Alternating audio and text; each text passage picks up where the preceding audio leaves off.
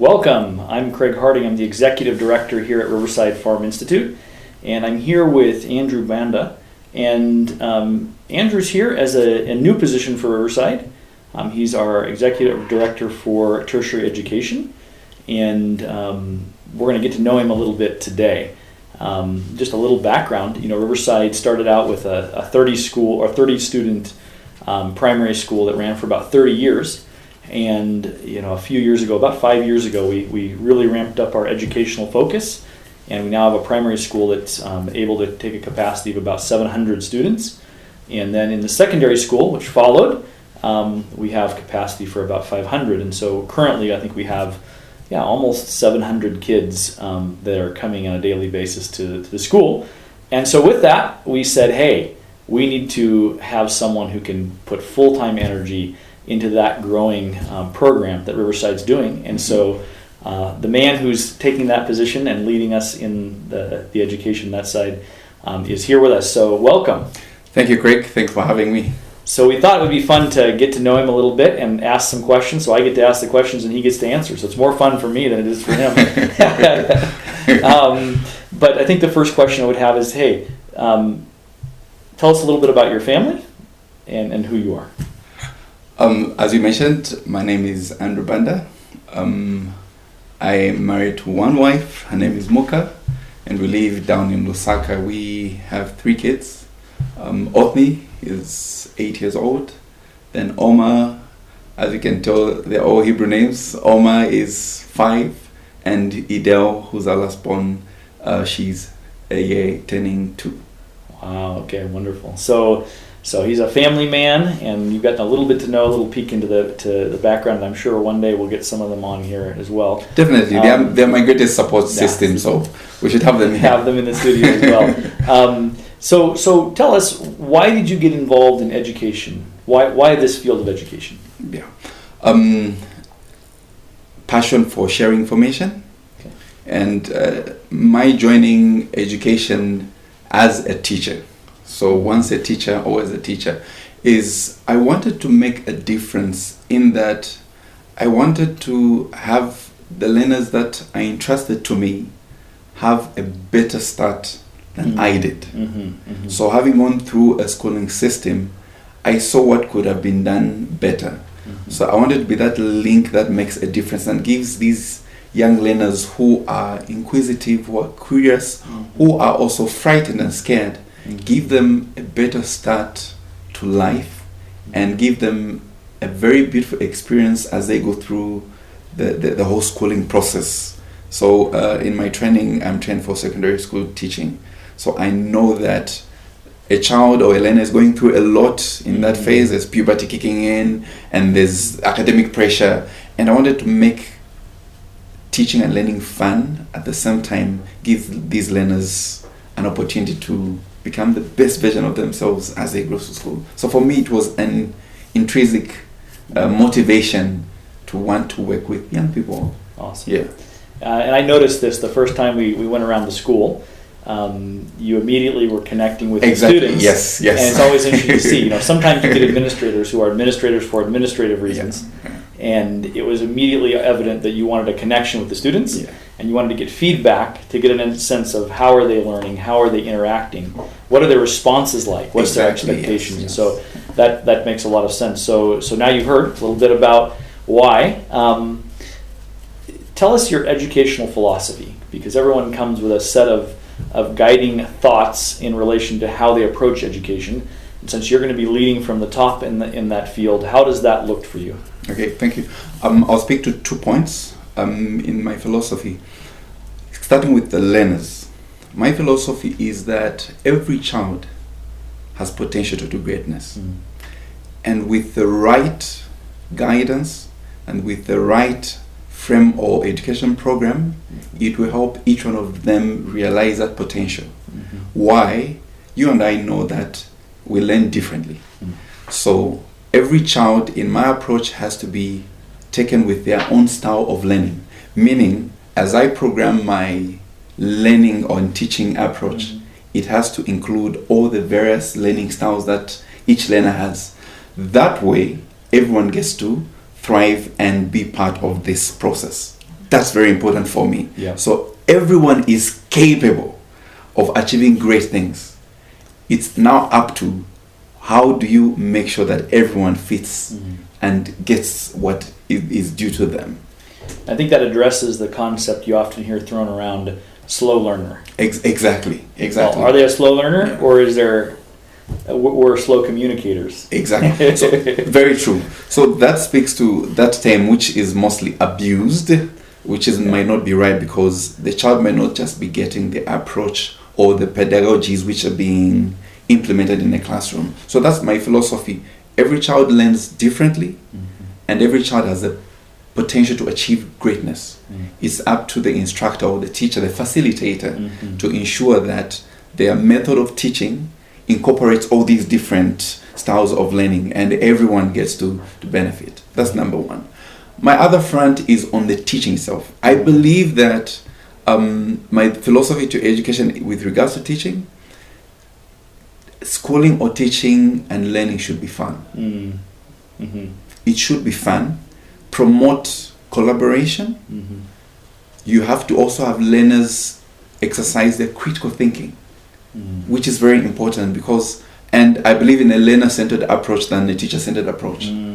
All I do is facilitate and have these learners explore the different concepts in whatever instruction that there is.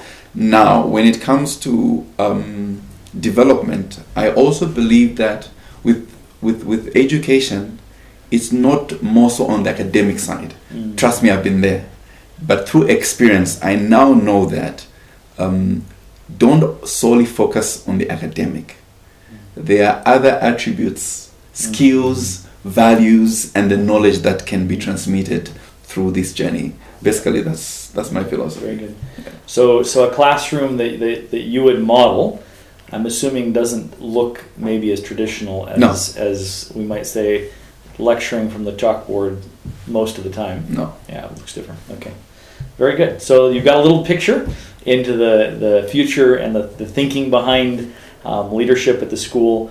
Here's a slightly less deep question, but okay. What's your favorite book outside the Bible? Little peek into your mind. How many am I supposed to give? At least two. Okay. I love the book by Dr. Joseph Murray, which says The Power of the Subconscious Mind. Okay. That is a book that has impacted me positively. And also the book that we both know, we were discussing it earlier, Education by Ellen G. White, because of the philosophy and the idea about education being a holistic approach, not just developing learners for the life now, but for the life to come. Yeah. Beautiful. Amen. Now, good. So get those books, and you can enjoy the benefits as well. Yes. If you haven't read Mind, Character, and Personality, I recommend it to you. That one's also very good. Yeah, no doubt. Okay. So if you're a parent and you're asking yourself, why should I come to Riverside or to a school, what we call one of the schools of the future, either the primary school or the secondary school program, why should a parent decide to bring their kid here, and maybe why shouldn't they? Because there's going to be some parents who may not fit the system that we're laying out, and so how would they tell? Why Riverside? The philosophy that has been built here is something that speaks to the school of the future. We are using the concept here of the 4H harmony part. So you are training the head, you're training the heart, you're training the hands, and you're also training the health. That speaks to the whole holistic growth of a child. And this is an environment that is raising young learners that I would classify as profound, in that apart from the academic side of things, you will find that we are raising kids here who are resilient, who know that no matter how tough things may be, I still need to show up again tomorrow and I can get better results. Number two, I see a crop of teachers and auxiliary staff that are well coordinated and are making sure that whatever they do, the child that they'll produce at Riverside should be one that can thrive in this highly competitive life. So their unique attributes will make them thrive because of the training which is here. I also love the fact that we are connected to nature and productivity. Being at a farm institute, every child gets to be associated with production unit and understand a full value chain of how a crop can be planted, can grow, and can be harvested and can be sold, which speaks to the entrepreneurship side of this place. So for me, if I'm a parent, I would definitely bring that child here because I know that above all things, the school thrives to help these learners develop a Christ-like personality or character, which only not serves to seek its own good, but seeks to save others, which speaks to community development and having an impact on the ground. So this is the best place to be, and I'm glad to be here. Very good. So one of the things he mentioned, the idea of service, obviously is a key. We're in a society that's plagued more and more by mental health challenges. Very true. And yet we have that statement that the source of true happiness is unselfish service for others. Very true. And so bringing those things together, bringing knowledge, skill, innovation to the front of let's serve. Yes. I think is an exciting. That's a good package, and I know that the learners that will come out from this institution with that are those that will be leaders and influencers outside of these walls. Amen. Okay. I think my last question, as you're putting that team together, and you're a teacher out there and you're hearing the philosophies, you're maybe resonating with that, what does a teacher look like that you're looking for to put into your team? Great. For the teachers that we're looking for, one, highly passionate. Passionate about teaching and work with the young kids. Number two, you should be highly professional. To know that I need to do what I'm required to do when I'm supposed to do it. For me, that is important. Number three, we want teachers that are innovative and forward-thinking, because this is a school of the future. So what we are breeding out here is highly innovative learners. So we cannot achieve that if we don't have teachers that are forward-thinking, that promote innovation, critical thinking, entrepreneurship. So we're looking for teachers that are highly passionate, highly professional, innovative, and those that are willing to make a change in the learners that they're interested with. Very good. So you've heard. If you're one of those, please be in touch. Definitely. I think we're have some exciting things ahead, and I know for myself, in addressing the parents a few times at the school, one of the things that we've promised as the school here is that you shouldn't come and bring your child here expecting a normal education. No. We're interested in breaking the boxes and doing things differently. Yes. Trying things and experimenting with the things that can make learning more effective, more practical, more hands-on. And so I think this is consistent with that. If you want to be part of that, then hey, this is the place. Get in touch, and we'll look forward to that. And yeah, this is our first time to just get to know a little bit. Yes. Thank you so much. If you have any final words, if not, you got to know Andrew a little bit, and we're looking forward to having your children in their school.